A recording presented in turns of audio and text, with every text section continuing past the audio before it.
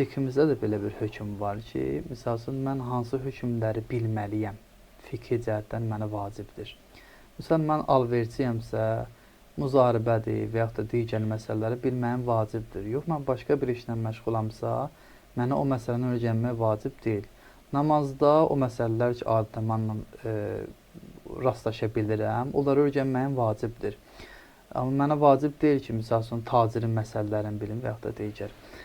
Quran-ı Kərimdən də insan nə qədər bacarırsa, nələr ki ona lazımdır, bunu gələ bilə.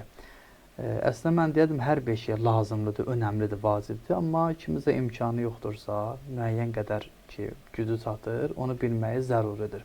Yəni, insan onun üçün nazil olmuş bir kitab, onun ehtiyaclarını ödəyəcək məsələləri bir ömür boyu bilmirsə və oxumursa, çox böyük bir dənə eyibdir.